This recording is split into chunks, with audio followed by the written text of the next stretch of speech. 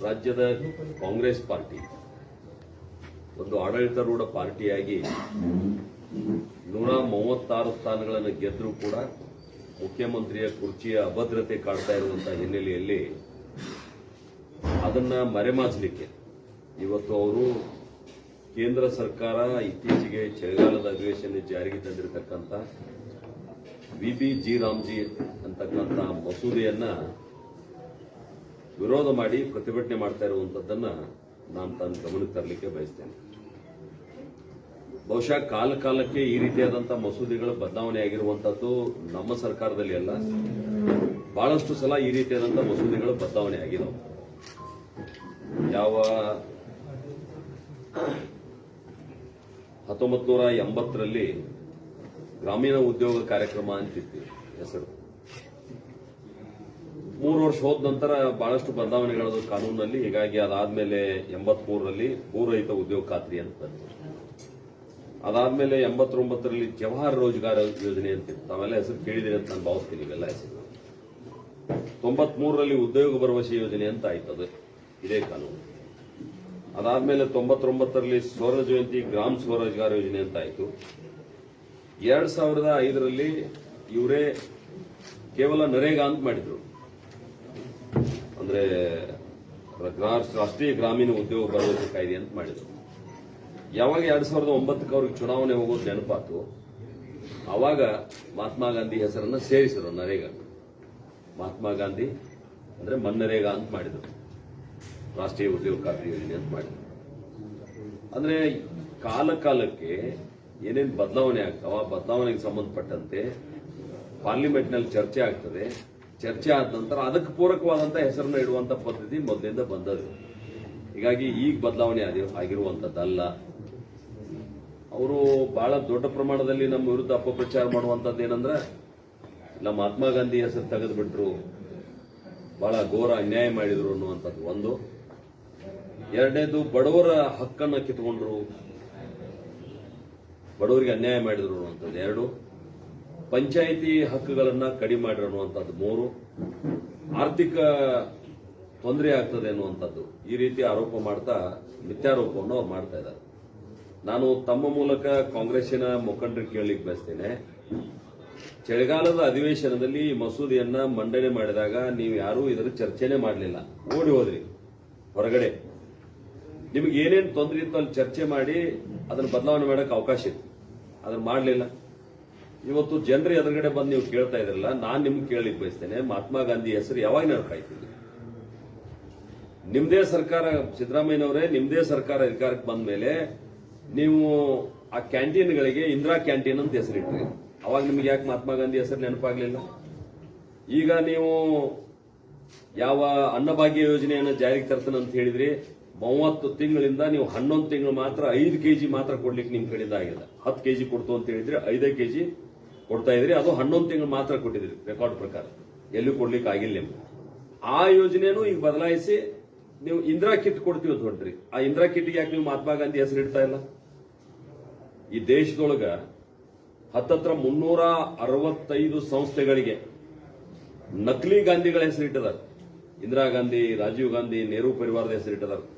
ಯೂನಿವರ್ಸಿಟಿಗಳಿಗೆ, ಗಾರ್ಡನ್ಗಳಿಗೆ, ರಸ್ತೆಗಳಿಗೆ, ಬ್ರಿಡ್ಜ್ಗಳಿಗೆ, ವಿಮಾನ ನಿಲ್ದಾಣಗಳಿಗೆ, ಆಸ್ಪತ್ರೆಗಳಿಗೆ, ಸ್ಟೇಡಿಯಂಗಳಿಗೆ, ಈ ರೀತಿ ಬೇರೆ ಬೇರೆ ಇದಕ್ಕೆಲ್ಲ ಸುಮಾರು 365ಕ್ಕಿಂತ ಹೆಚ್ಚು ಹೆಸರಿಡುವಾಗ ನಿಮಗೆ ಮಹಾತ್ಮ ಗಾಂಧಿ ಹೆಸರು ನೆನಪಾಗಿಲ್ಲ. ಈಗ ನಿಮ್ಗೆ ಹೆಸರು ನೆನಪಾಗ್ತಾ ಇದೆ. ಬಹುಶಃ ನನಗನಿಸ್ತದ ಮಹಾತ್ಮ ಗಾಂಧಿ ಅವ್ರಿಗೆ ಏನ್ರ ಇದ್ದಿದ್ರ ನಾವು ರಾಮನ ಹೆಸರು ಇಟ್ಟಿದ್ದು ನಾವು ಸ್ವಾಗತ ಮಾಡ್ತಿದ್ರು ಅಂತ ಅನಿಸ್ತದ ನನಗೆ. ಯಾಕಂದ್ರೆ ಅವ್ರು ರಾಮನ ಭಕ್ತರು, ರಘುಪತಿ ರಾಘವ ರಾಜಾರಾಮ್ ಪತಿತ ಪಾವನ ಸೀತಾರಾಮ್ ಅಂತ ಹೇಳಿದವರು. ಹೀಗಾಗಿ ಬಹುಶಃ ಅವರು ಸ್ವಾಗತ ಮಾಡ್ತಾ ಇದ್ರು. ಮಹಾತ್ಮ ಗಾಂಧಿ ಅವರು ಹೇಳಿದ ಇನ್ನೊಂದು ವಿಚಾರನೂ ನಾನು ನಿಮ್ಮ ಮೂಲಕ ಕಾಂಗ್ರೆಸ್ನವ್ರನ್ನ ಕೇಳಲಿಕ್ಕೆ ಬಯಸ್ತೇನೆ. ಯಾವ ಸ್ವಾತಂತ್ರ್ಯ ಹೋರಾಟದ ಸಲುವಾಗಿ ಕಟ್ಟಿದಂತ ಕಾಂಗ್ರೆಸ್ ಪಾರ್ಟಿಯನ್ನ ರಾಜಕೀಯ ಉದ್ದೇಶಕ್ಕಾಗಿ ಬಳಸಬೇಡ್ರಿ, ಅದನ್ನು ವಿಸರ್ಜನೆ ಮಾಡ್ರಿ ಅಂತ ಹೇಳಿದ್ರೆ ಅದನ್ನ ಮಾಡಲಿಲ್ಲ. ಬದಲಾಗಿ ನೀವು ಕಾಂಗ್ರೆಸ್ ಪಾರ್ಟಿಯನ್ನು ಒಂದು ಪೊಲಿಟಿಕಲ್ ಪಾರ್ಟಿ ಮಾಡ್ಕೊಂಡ್ಬಿಟ್ರಿ. ಅದಷ್ಟ ಮಾಡಲಿಲ್ಲ. ಇಂದಿರಾ ಗಾಂಧಿಗೂ ರಾಜೀವ್ ಗಾಂಧಿಗೂ ಸಂಬಂಧ ಇಲ್ಲದಂತ ಗಾಂಧಿ ಪರಿವಾರಕ್ಕೆ ಅವ್ರಿಗೆ ಏನೂ ಸಂಬಂಧ ಇಲ್ಲ, ಆದ್ರೆ ಗಾಂಧಿ ಹೆಸರನ್ನ ನೀವು ಇಟ್ಕೊಂಡ್ಬಿಟ್ರಿ. ಹೀಗಾಗಿ ಗಾಂಧಿ ಹೆಸರನ್ನು ದುರುಪಯೋಗ ಮಾಡ್ತಾ ಇದ್ರಿ ಅಂತೇಳಿ ನಾನು ತಮ್ಮ ಮೂಲಕ ಹೇಳಲಿಕ್ಕೆ ನಾನು ಬಯಸ್ತೇನೆ. ಒಂದು ಇನ್ನೊಂದು ಅವ್ರು ಏನ್ ಆರೋಪ ಮಾಡಿದ್ರು ಅಂತಂದ್ರ ಬಡವರ ಹಕ್ಕು ಕಸ್ಕೊಂಡ್ರು. ನಿಮ್ಮ ಅವಧಿಯೊಳಗೆ ಒಂದು 100 ದಿನ ಮಾತ್ರ ಇತ್ತು ಉದ್ಯೋಗ ಖಾತ್ರಿ, ಈಗ ಅದನ್ನ ನಾವು 125 ದಿನ ಮಾಡಿದ್ವಿ.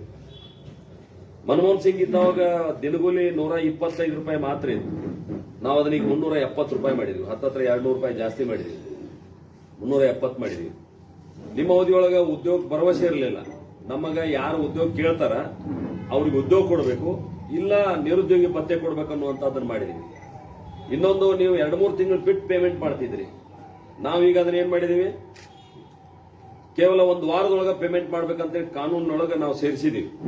ಇದು ಹೆಂಗ್ ಬಡವರಿಗೆ ಅನ್ಯಾಯ ಆಗ್ತದ?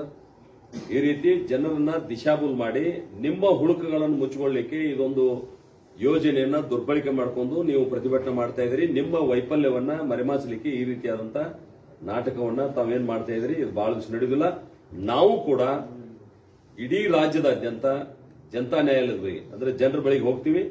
ಪ್ರತಿ ಗ್ರಾಮ ಪಂಚಾಯಿತಿಯಲ್ಲಿಯೂ ಕೂಡ ಈ ವಿಷಯವನ್ನ ಪ್ರಸ್ತಾಪ ಮಾಡ್ತೀವಿ ಮತ್ತು ಜನರಿಗೆ ಇದ್ರ ಬಗ್ಗೆ ನಾವೇನು ಹೊಸ ಬದಲಾವಣೆ ತಂದಿದ್ದೀವಿ. 100 ಇದ್ದಿದ್ದು 125 ದಿವಸ ಮಾಡಿದೀವಿ, 175 ಇದ್ದಿದ್ದು ನಮ್ಮ ಅಧಿಕಾರಕ್ಕೆ ಬಂದ ನಂತರ 370 ರೂಪಾಯಿ ದಿನಗೂಲಿ ಮಾಡಿದೀವಿ ಮತ್ತು ನಿರುದ್ಯೋಗಿ ಭತ್ಯೆ ಕೊಡ್ಬೇಕಂತ ಹೇಳಿದೀವಿ.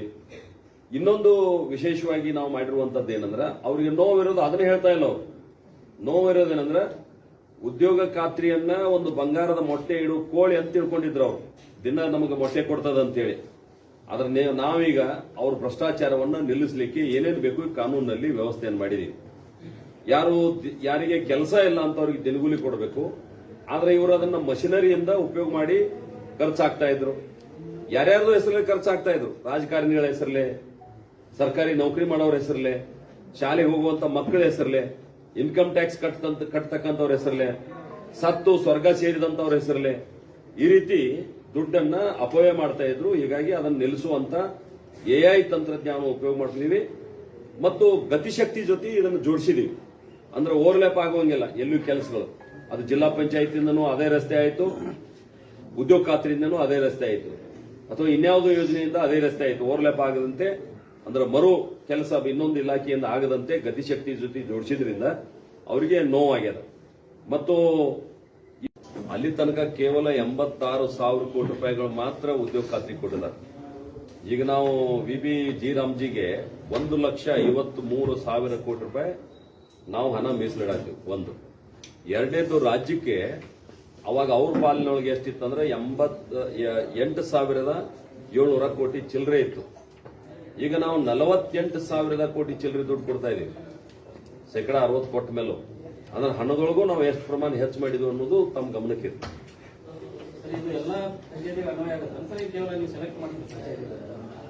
ಮೊದಲಿದ್ದಂಗ ಪಂಚಾಯಿತಿಯವರ ಆಕ್ಷನ್ ಪ್ಲಾನ್ ತಯಾರು ಮಾಡ್ತಾರೆ.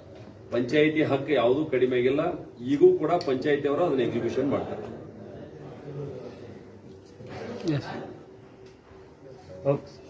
ಅದರಿಂದ ಅವ್ರಿಗೆ ನೋವಾಗ್ಯದ. ಮತ್ತೆ ಇಲ್ಲಿ ತನಕ ನಾವು 10% ಮಾತ್ರ ರಾಜ್ಯ ಸರ್ಕಾರ ತುಂಬಬೇಕಂತ ಹೇಳ್ತಾ ಇದ್ದೀವಿ. ಈ ಯೋಜನೆಗೆ ಇನ್ನು ಮುಂದಿನ ದಿನಗಳಲ್ಲಿ 40% ರಾಜ್ಯ ಸರ್ಕಾರ ಸೇರಿರ್ತದ, 60% ಕೇಂದ್ರ ಸರ್ಕಾರ ಸೇರಿರ್ತದ ಅನ್ನುವಂಥದ್ದು ಕೂಡ ಅವ್ರಿಗೆ ನೋವಾಗಿದೆ. ಯಾಕಂದ್ರೆ ಸರ್ಕಾರ ಇವತ್ತು ಗತಿಗೆಟ್ಟೋಗಿದೆ, ಆರ್ಥಿಕವಾಗಿ ದಿಕ್ಕೆಟ್ಟೋಗಿದೆ. ಹೀಗಾಗಿ ಅವರಿಗೆ 40% ಕೂಡ ದುಡ್ಡು ತುಂಬಲಿಕ್ಕೆ ಸಾಧ್ಯ ಇಲ್ಲ.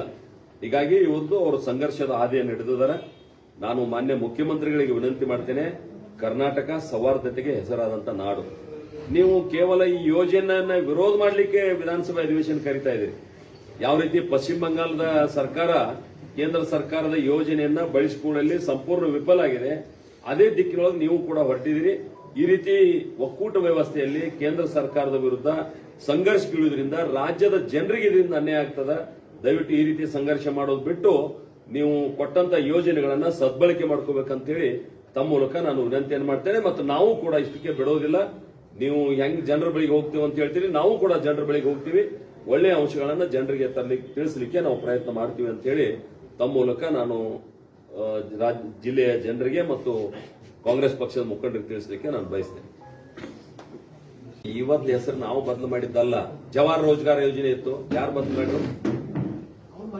ಕೂಲಿಗಾಗಿ ಅರೆ ಯಾವಾಗ ಮಸೂದೆಗಳ ಅಂಶ ಸೇರ್ಪಡೆ ಆಗ್ತಾವ, ಆ ಕಾಲಕ್ಕೆ ತಕ್ಕಂಗ ಮಸೂದೆಯಲ್ಲಿ ಇರ್ತಕ್ಕಂಥ ಅಂಶಗಳನ್ನ ಉಲ್ಲೇಖ ಮಾಡ್ತಕ್ಕಂಥ ಹೆಸರು ಸಹಜವಾಗಿ ಮ್ಯಾಲ ಬರ್ತದ. ನೀವು ಯಾವ್ದೋ ಒಂದು ಕಾದಂಬರಿ ಬರೀತಾರೆ ಅಂತ ಇಟ್ಕೊಡ್ರಿ, ಆ ಕಾದಂಬರಿಯ ಒಟ್ಟು ಊರ್ನ ಎದ್ರೊಳಗೆ ಬರ್ತದ, ಟೈಟಲ್ದಾಗ ಬರ್ತದ.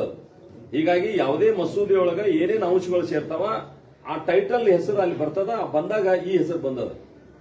ಬಿಜೆಪಿದವರು ಮಹಾತ್ಮ ಗಾಂಧಿ ಹೆಸರನ್ನ ಒಟ್ಟಿನಲ್ಲಿ ತೆಗಿಬೇಕಂತ ನಿಂತಿದ್ದಾರೆ ಅಂತ ಆರೋಪ. ನೋಡ್ರಿ, ಕಾಂಗ್ರೆಸ್ನವ್ರಿಗೆ ಕಳ್ಳನಿಗೊಂದು ಪಿಳ್ಳೆನವ ಅಂತ ಹೇಳ್ತಾರಲ್ಲ, ಹಂಗ ಮೊಸರಿನಾಗ ಕಲ್ಲು ಹುಡುಕು ಕೆಲಸ ಚಾಲು ಆಗಿತ್ತು. ಅವ್ರು ಮೊಸರಿನಾಗ ಕಲ್ಲು ಬರ್ತದ, ಎಮ್ಮೆ ಹಾಲು ಕೊಟ್ಟ ಮೇಲೆ ಮೊಸರಿನಾಗ ಕಲ್ಲು ಬರೋದು ಸಾಧ್ಯ ಇಲ್ಲ, ಅದು ಭೂಮಿಯಾಗ ಬೆಳೆದಿಲ್ಲ. ಹೀಗಾಗಿ ಒಲ್ಲದ ಗಂಡಿಗೆ ಮೊಸರಿನಾಗ ಕಲ್ಲು ಬಂದದ. ಹೀಗಾಗಿ ಅವ್ರು ತಪ್ಪು ಹೇಳ್ಕೊತ ಹೊಂಟಿದ್ದಾರೆ. ಅಲ್ಲಲ್ಲ, ನಾನು ಅದನ್ನ ಹೇಳ್ತಾ ಇದ್ದಿಲ್ಲ. ಕಾನೂನಿನಲ್ಲಿ ಯಾವ್ಯಾವ ಅಂಶಗಳು ಸೇರ್ತಾವ ಅದರ ಪ್ರತಿನಿಧಿತ್ವ ಎದರೊಳಗೆ ಬರ್ತದ ಅಂದ್ರೆ ಹೆಸರಿನೊಳಗೆ. ಹೀಗಾಗಿ ಗ್ರಾಮ ಸ್ವರಾಜ್ ಎನ್ನುವುದು ಗಾಂಧಿ ಕಂಪನಿ, ಮಹಾತ್ಮ ಗಾಂಧಿ ಕಂಪನಿನೇ ಗ್ರಾಮ ಸ್ವರಾಜ್. ಹೌದು, ಇದು ಆಕ್ಚುಲಿ ರೂರಲ್ ಡೆವಲಪ್ಮೆಂಟ್ ಇರುವುದೇ ಗ್ರಾಮ ರಾಜ್ಯದಲ್ಲಿ ರಾಮರಾಜ್ಯ ಕಾಂತನ ಅಂತ ಹೇಳಿದ್ರು ಮಹಾತ್ಮ ಗಾಂಧೀಜಿ. ನಂಗಿರ್ಬೇಕಾದ್ರೆ ಗಾಂಧಿ ನಾನು ಅರ್ಥ ಹೇಳ್ತಾ ಇದ್ದಿಲ್ಲ. ಗ್ರಾಮ ರಾಜ್ಯದಿಂದ ನಾನು ಅರ್ಥ ಹೇಳ್ತೇನಲ್ಲ, ಗ್ರಾಮ ರಾಜ್ಯದಿಂದ ರಾಮರಾಜ್ಯ ಕಾಂತು ಅಂತ ಹೇಳ್ತಾರೆ ಮಹಾತ್ಮ ಗಾಂಧಿ ಅವರು. ಮಹಾತ್ಮ ಗಾಂಧಿ ಅವರ ರಾಮನ ಹೆಸರು ಹೇಳ್ತಾಗ ಉಳಿದವ್ರು ಯಾಕಂದ್ರೆ ಬೇಜಾರು ಮಾಡ್ಕೋತಾರ ಅಂತ ನಾ ಕೇಳ್ತಾ ಇದ್ದೆ. ಗಾಂಧಿ ಹೆಸರಲ್ಲಿ ತಪ್ಪೇನು ಅಲ್ಲಲ್ಲ, ಪ್ರಶ್ನೆ ಅದಲ್ರಿ.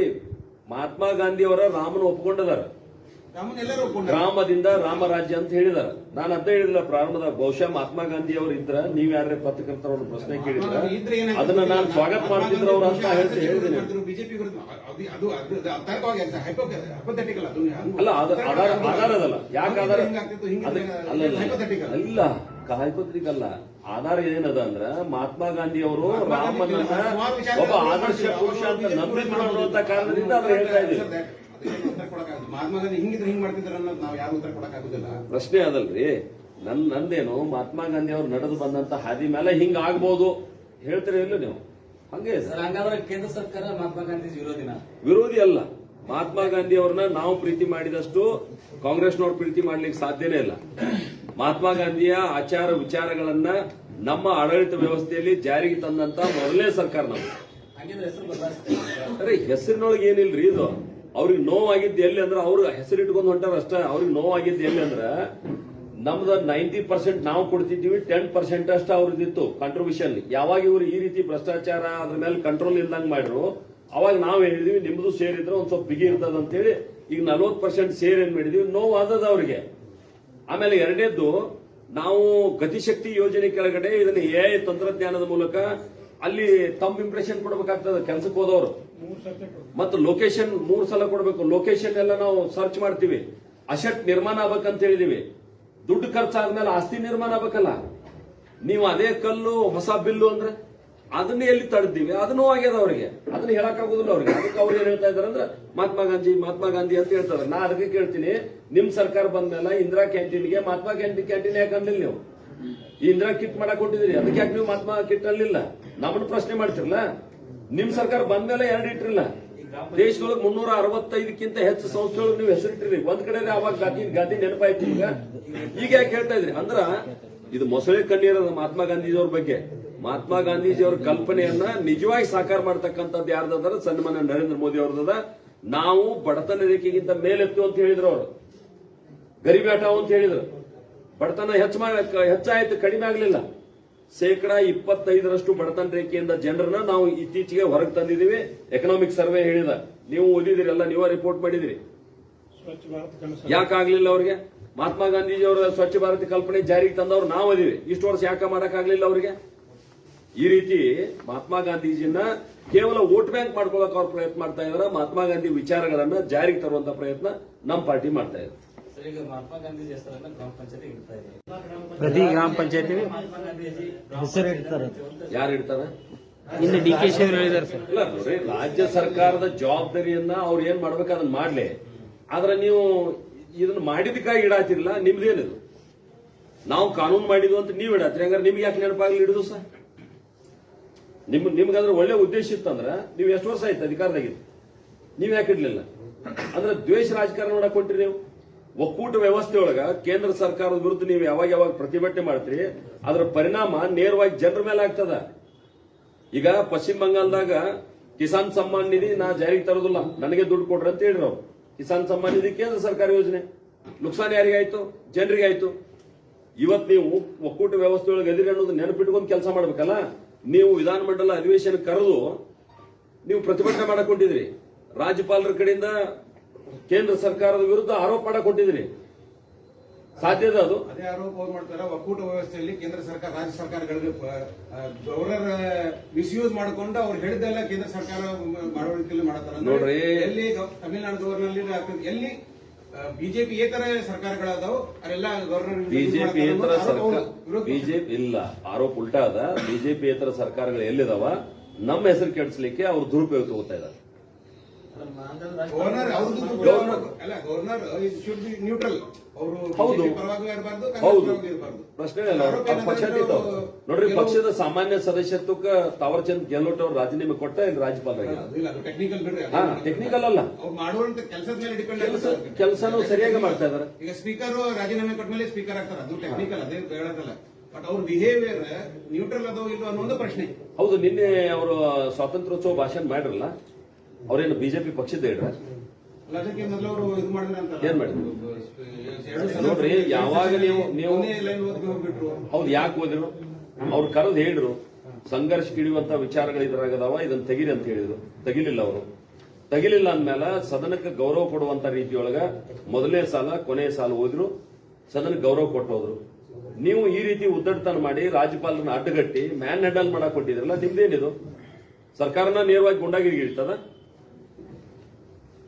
ಇದು ಒಳ್ಳೆ ಬೆಳವಣಿಗೆ ಅಲ್ಲಲ್ಲ. ಅವ್ರು ಬರೋದೇ ನಾವು ಓದಿ